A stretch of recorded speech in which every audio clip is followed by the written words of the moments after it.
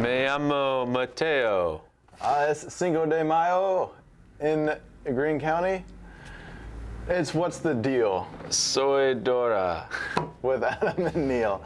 Today is Cinco de Mayo, so we were going to do the whole show in Spanish, but then we realized we don't know Spanish. Yeah, I know like 3 words.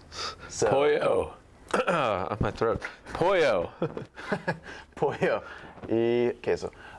Today is a crazy day. The universe is colliding to bring us Cinco de Mayo and Taco Tuesday all in one day. What do you think about that? I wonder if there's, I now thought of this, what if there's any discounts at some of these like taco places around here, Mexican places? I wonder if like, that'd be sweet. Today's show, we should drive around to all of the different Mexican restaurants. It was, I imagine it's like my birthday. Like, you know how like some places give you free things? Like, it's like your birthday, but it's like, no, it's Taco Tuesday, man. Come on. Like, and it's Cinco de Mayo. And Cinco de Mayo. So I actually read a thing. I meant to pull this up today. Maybe I can find it later if we get to a stopping point in our show. But I saw a thing the other day. My wife sent it to me that this specific year, 2020, is the like perfect year for the way that all of the holidays align. Like backing up to like holiday weekend, like extended weekends and like Taco Tuesday on Cinco de Mayo, or you know. Okay, so like, is there going to be a bunch of like Friday the 13th then? Yeah, stuff like that. Yeah, like everything falls exactly when it should fall. Okay. But ironically, we're all under quarantine, so it doesn't really matter. Like, yeah! So Cinco de Mayo! yeah. So on paper, it's cool. Yeah, but it is. in reality. But yesterday, I left us all on a cliffhanger that I have a business plan that I'm going to talk about. So we're going to talk about that. I'm ready. We're going to figure out. Am I going to invest? This is Shark Tank. You will want to invest. So you have to win me. All viewers will want to invest in this business plan. What's the Shark Tank theme song? I feel like it. For some reason, I just can think of like the Law and Order, where it's like dun dun. So Yeah. I'm just imagining Like, that right now. do, do. Yeah. Okay. Okay. Cool.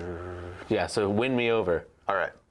So you want me to? Okay, I'll launch into it. So right now we're all under quarantine, and have you guys seen this thing where it's like people giving themselves or their spouses a haircut, right? Yes. But some of them turn out okay. Some of them turn out horrible, and some of them are just like, hey, that's not bad. You know what I'm talking about? Yes. Okay. You're not taking my business plan seriously. I am. This is a I'm serious hearing it. business plan. Okay. So we're seeing these like mediocre haircuts taking place during COVID-19. Now, what happens is some people, they're just living their life. Their haircut does not change their personality. It does not change who they are as a person. It's essentially they're getting a haircut based on affordability and what's available. True. Okay. My business plan, this is post-quarantine, is to open a barbershop called COVID Cuts. Okay, here's what COVID Cuts is. It is mediocre haircuts for men who don't really care about their hair.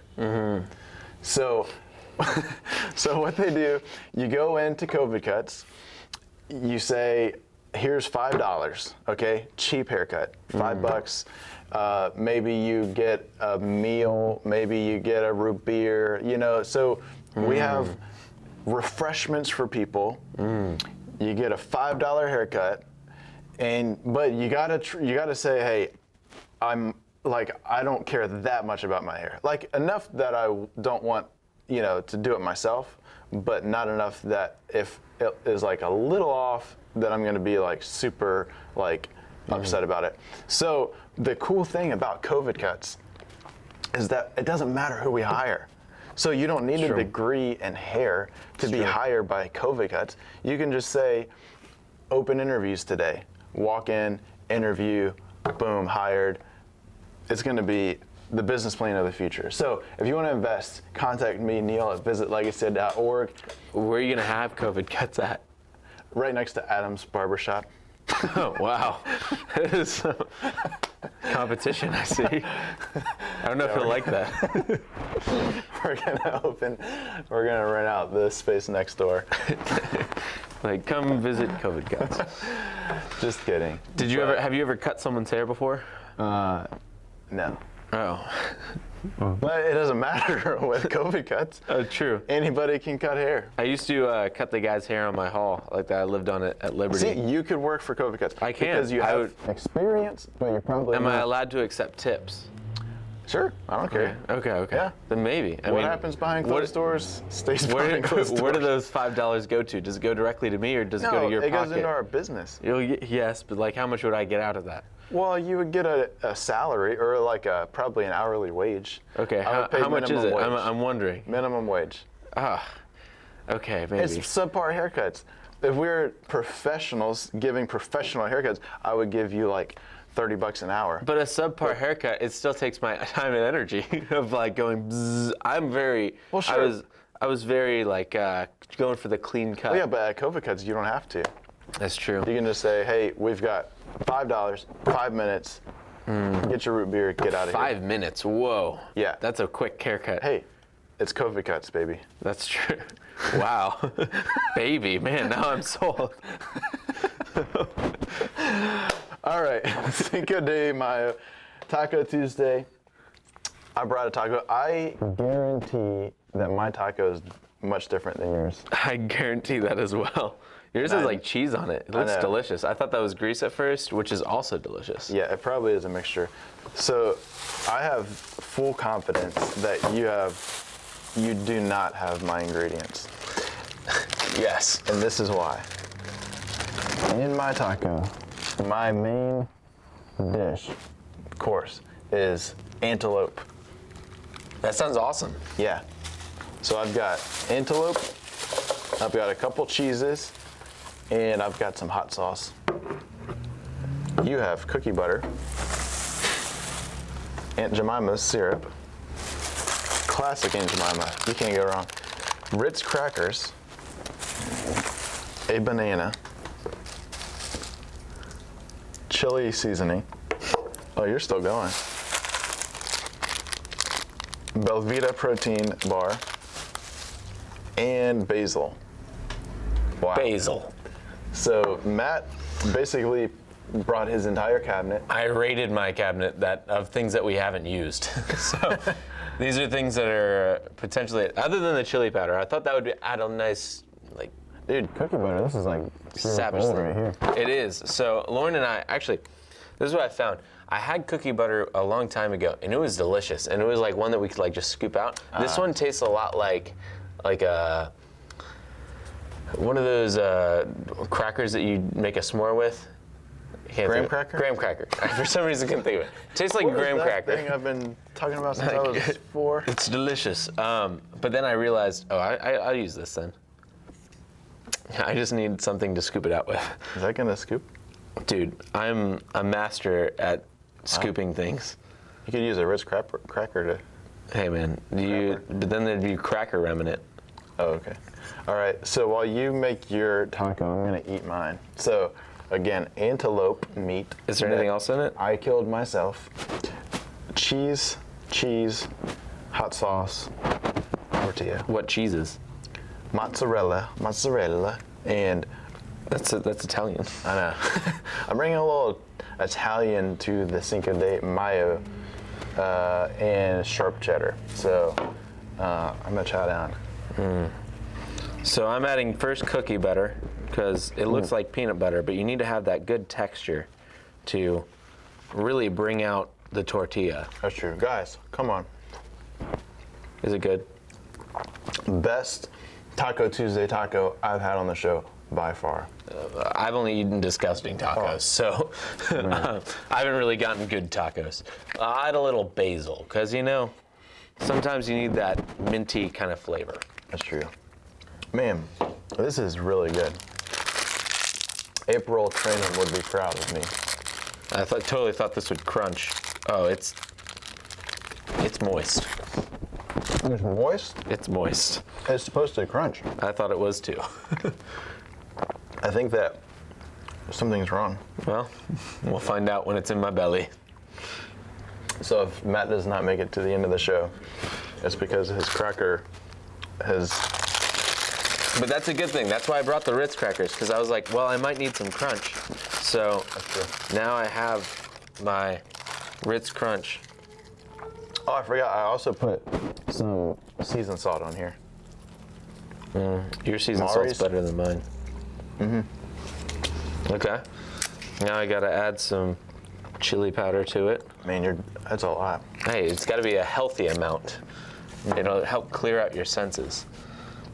And maybe a banana, because we have extra bananas at my house. We were actually only using these bananas because we have avocados that we couldn't use yet, and they help mature avocados. Did we talk about that on the show? No. Oh, that was Lynn then that told me. Yeah, so they make your avocados go quicker, like they ripen them up quicker. That's the weirdest thing I've ever heard. It's awesome. No, it's science. So it's apples and bananas, and we had them next to both one time, and we were like, why is our avocado disgusting now and like really old? And it had only been like a day, and we realized it was because it was next to all that stuff. Never knew. Did you guys know that?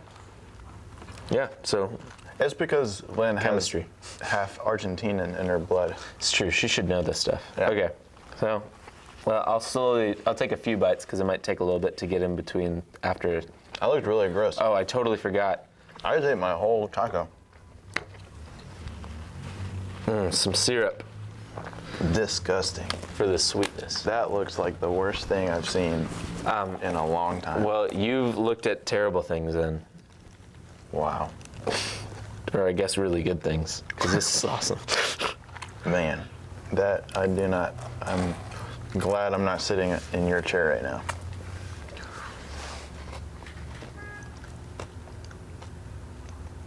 What? Is it good? Baby? It's not good. I guarantee. It's so good. It's not good. You're no longer welcome to apply for COVID cuts. What the heck? We can't have our employees walking around eating tacos that are made from bananas and Ritz crackers and Aunt Jemima syrup and chili powder. Oh, I'm grossed Oh, out. now I got the chili powder in my mouth. Oh, It tastes actually pretty good. It tastes like banana and it tastes like a crepe. a grape? A crepe. Oh, a grape. It tastes like one single grape. Yeah, grape. Banana and chili powder combined equals a grape. That's how it works. Wow. Well, hey, I'm glad you ate that because I'm going back. now I don't have to.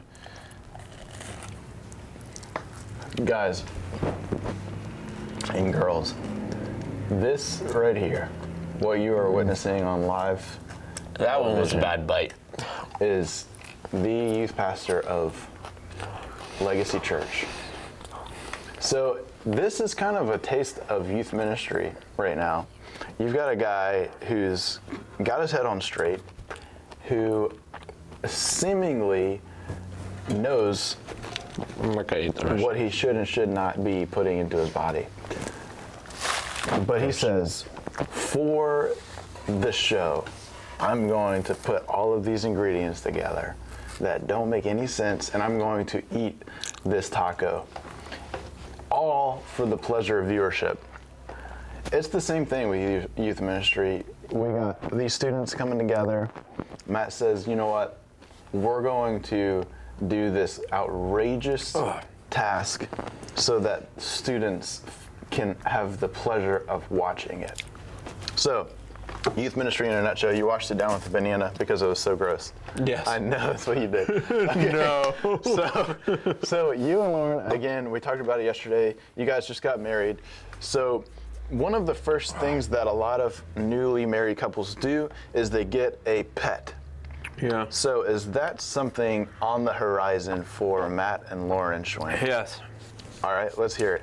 Well, we're looking to get a pet.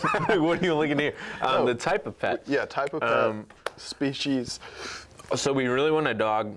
We've wanted a dog even before we were married. We were like, well, we might get a dog and just like raise it together during COVID quarantine because we thought that'd be like the perfect time for a dog. Sure. A lot of people don't have time for their dog, but we would. So, so there was that opportunity, and we decided not to. We wanted to wait. Oh, yeah. And my brother-in-law, they have some Aussies, so Australian Shepherds. Oh, nice. And they're super cute. Like these things, personality-wise, they're super nice. They nip at you sometimes, but because they're so excited to like lick your face, they're like, and you're like, that does not feel good. Bad boy. And they're herders, so they always nip at the little sheep's butt to get them going. That's probably actually why they do that then. Yeah. Or like what? I guess maybe, I don't know if that's true, but. It is true. Oh, like if that's why they would do it. Like, is that something that hereditarily they would like already know before being taught? Probably. It's probably like. Crazy. It's crazy. Dogs are insane, man. To think about that. I've always wanted a herding dog though, because it would be sweet to be able to be like a shepherd one day. It's like, hey, I already got my dog for it. Hey, and they're like, oh. So that'd be cool. Anyway, so I'm looking for. She really wants some oodle mix, some poo, some poo in it. What if you had an Australian poodle? What would that be called? An Australian poodle? It's an Aussie poo. We've looked at that. Aussie poo? Yeah. An Aussie poo or an Aussie doodle. Anything that you mix with a poodle is hilarious because you always have the word poo in it. Yeah. It's like a Cinco poo or a. Well, watch what you poo. add to it, because Oh, that's true. there's certain dogs. Yeah. But What about a poo poo? A poodle. that's true. That's probably just a poodle, huh? I'm pretty sure that's a poodle. A poo doodle or a poodle. Yeah, so we were looking at Australian Shepherds. We also were looking at golden doodles because I know the Yosts have one of those. It's super cute. Yeah, they don't shed. Yeah, so like that's the perk of the oodles. They don't shed. We right now live with someone who, like one of the girls has, like she's allergic to dogs and stuff, so we have to watch what we would get. Yeah. But I'd prefer a dog that's longer hair. I don't like the curly hair of oodles. I think I'm like, man, that's weenie. I need a manly dog with long hair. Yeah, like a that'll sheepdog. shed. Yeah, like a sheepdog or something. So I like even golden retrievers. That's like just a classic loving dog. Yeah. Super fun. My youth pastor had one when I was growing up. So maybe it's like something that's going on in my mind with that. But ultimately, I would love something along those lines, even if it's a lab or just one of those classic dogs. Yeah. I've got a dog that you should get. I'm going to send it to Jason real quick and see if he can get it up. I think you can get that up, Jason? Yep. Okay. All right. I'm going to move quick here so I can. There's another one called like a gray Hauser or something. It's a gray one. It has blue eyes.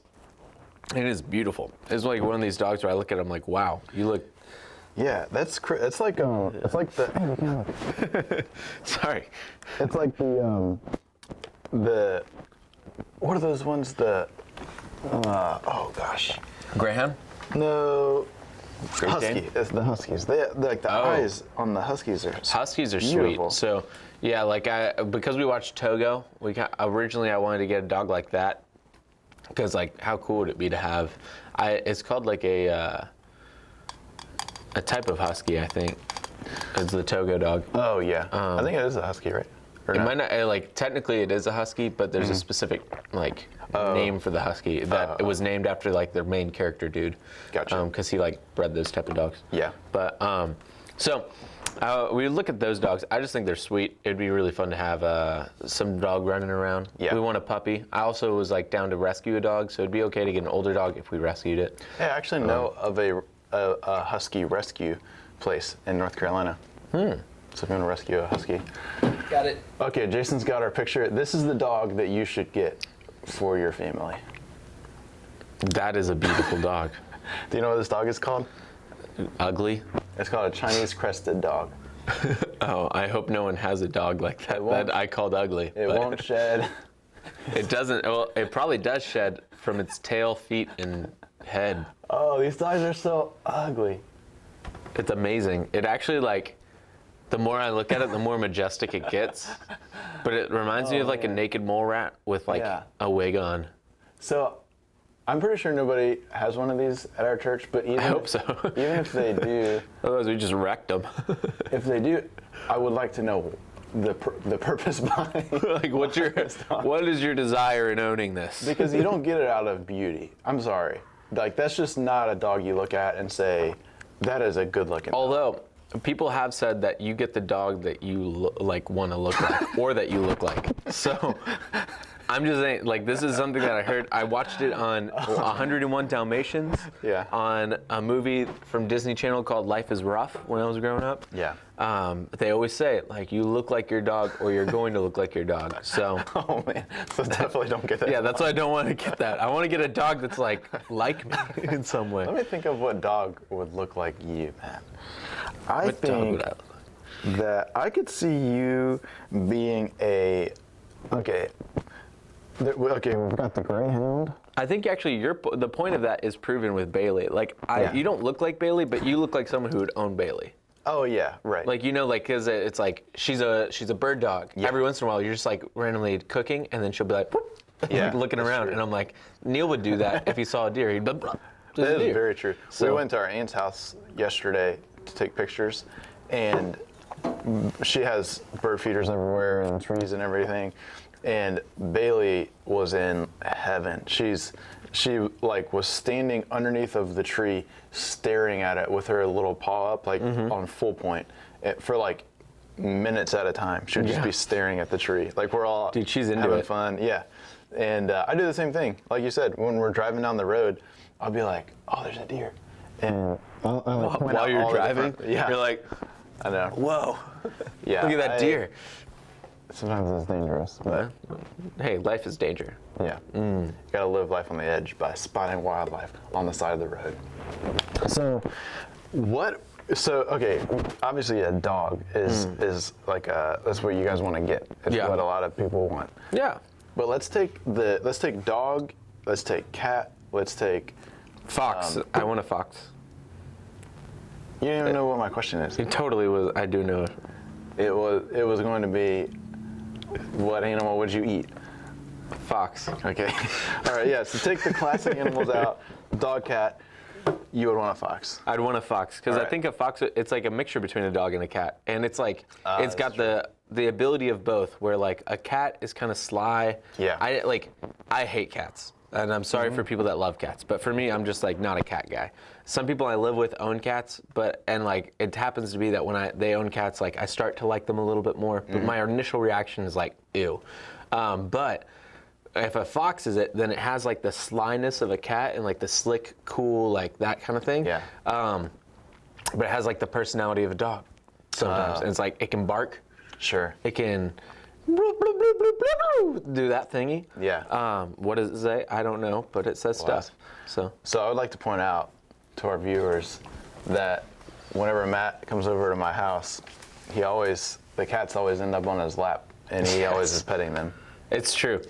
Cats like me a lot. I don't love them usually. But like I said, when someone owns them and they'll come up to me and then they'll sit on me and then I'll be like, I'll pet it for fun. And then I'll like start petting them like, it's so soft. Like, it's such a wonderful animal. So, but I wouldn't want to own one personally. So that's my stance on it. Lauren kind of wants one. So if we lived in a big like house area, I'd get an outdoor cat, maybe. Here's what I like about our cats. They are always eating everything in the yard, mice and snakes. Like they've literally That's brought why I'd want an snakes. outdoor one, because it could Yeah. take out some of those, like, it's actually kind of cool to think that an animal that comes up to you and is like, here's my sacrifice, master. And Yeah. they're like, thank you. Yeah. So, Yeah, it's pretty crazy. I am about to okay. what? I'm about to start this new venture. I don't know if you would consider me owning this animal or just providing the habitat for the animal to dwell at my house. But I am about to go on this venture of getting bats at my house. I've heard, weren't you and Jason talking about that yesterday? I don't think so. You mentioned something about, Jason mentioned something about getting bats for something. We're talking about Batman. Okay. No, I'm just kidding. Cool. I'm getting Batman for my house. I think he was talking about chickens. No, it was the mosquitoes in that TV show. Yeah, that's what it was. Oh, So- you're right. See, I You're remember right. things. Totally forgot about that. But that'd be kind of cool because you could Yeah. like it'd kill all the mosquitoes. So. Yeah. So I was reading about this. Bats can eat up to 1,000 mosquito-sized insects in an hour. So imagine if you had one bat at your house, that's 1,000 less bugs per hour.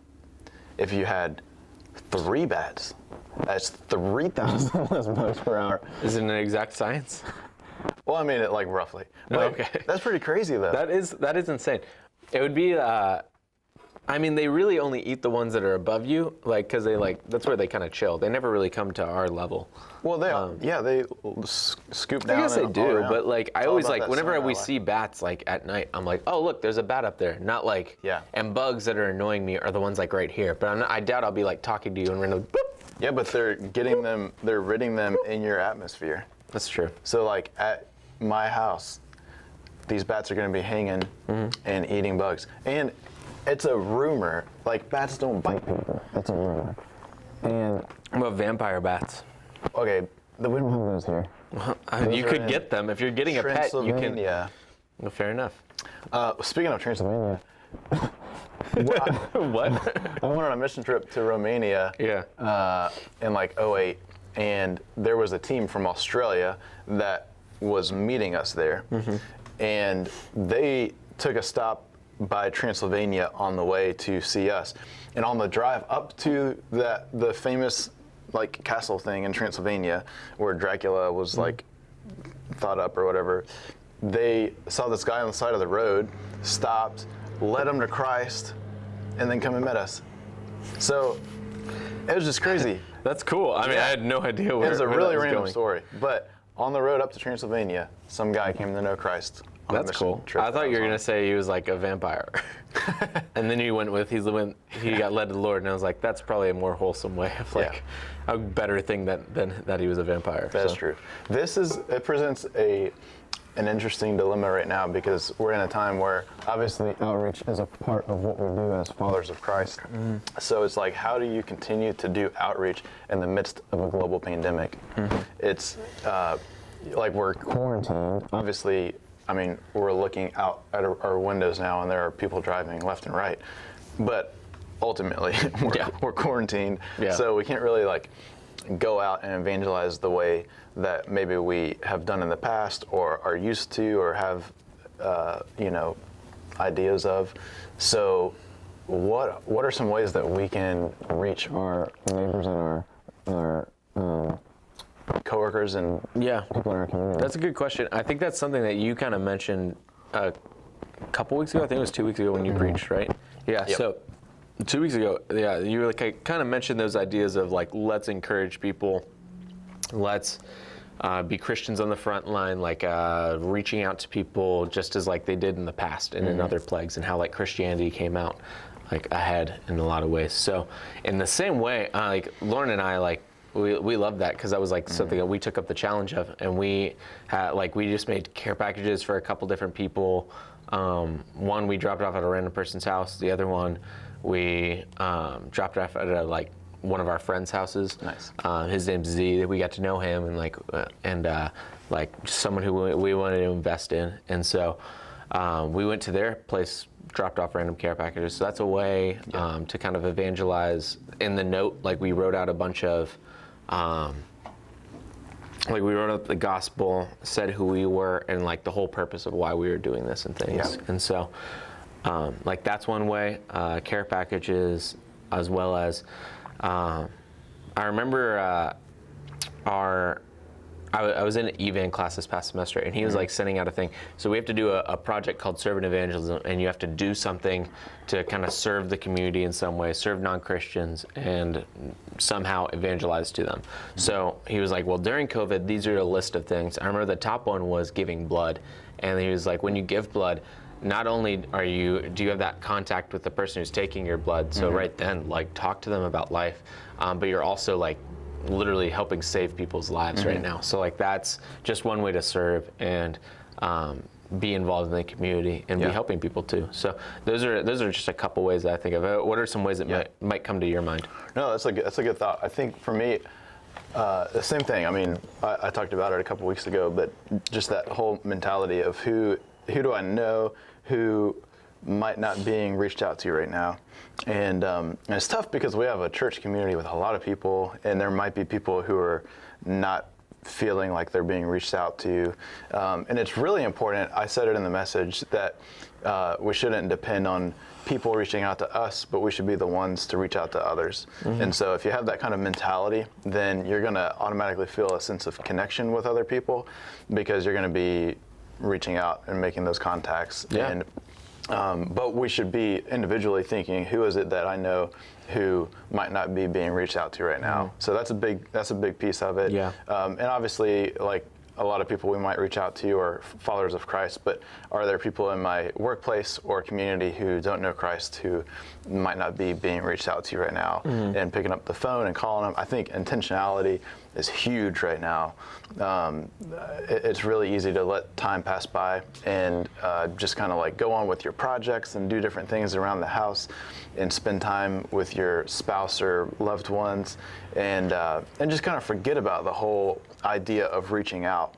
But if we're intentional with our time and set 10 minutes aside to just make one phone call a day, I mean, we can literally change lives. Or even text, because I think there's so many people I think of that I'm like, that even that are Christian brothers, that I have not talked to in months, or even looking back and I'm like, man, it's been a crazy year. I just haven't really reached out to him or her. And it's like, man, I can really just encourage them, because sometimes, you know, like, we all get there, we get down, we get kind of just like in a depression, especially in this season where it's like you're not interacting with people. So a depressive kind of state comes in.